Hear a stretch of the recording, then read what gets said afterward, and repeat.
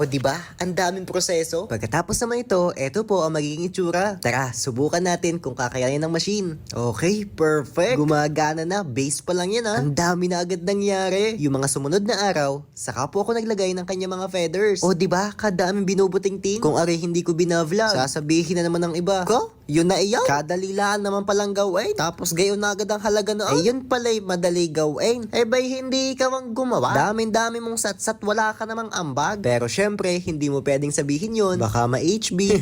O yan guys, tapos na yung pakpak. Ay hindi pa pala ito tapos. Lalagyan pa nga pala yan ng mga design. Pero i-check natin kung kaya na ba itong ipagasbas. Wow! O diba? Pwede na siya maging parte ng mulawin. Pakpak pa lang, panalo na. Yun ang sinasabi ko. Kaya naman ako'y pasalamat sa mga nagtitiwala sa akin. Alam nilang hindi ko talaga binabasta ang kanilang mga pinapagawang costume. Eh kapag naman binasta ko, ako din ang mapapahiya. At saka maniningil ako ng mahal. Tapos lugi ang client, eh hindi pwede. Dapat ay win-win situation. At dahil first time ko nga itong ginawa, ayan, sinukat ko na din. Para tuloy ako si Nathaniel, ang batang anghel. Pwede ko pala rin isuot, pag naronda sa barangay. Saka kapag ako nagpapalit ng mga bumbilya ng aming street lights. O diba, mukha akong bata sa Bona Kid.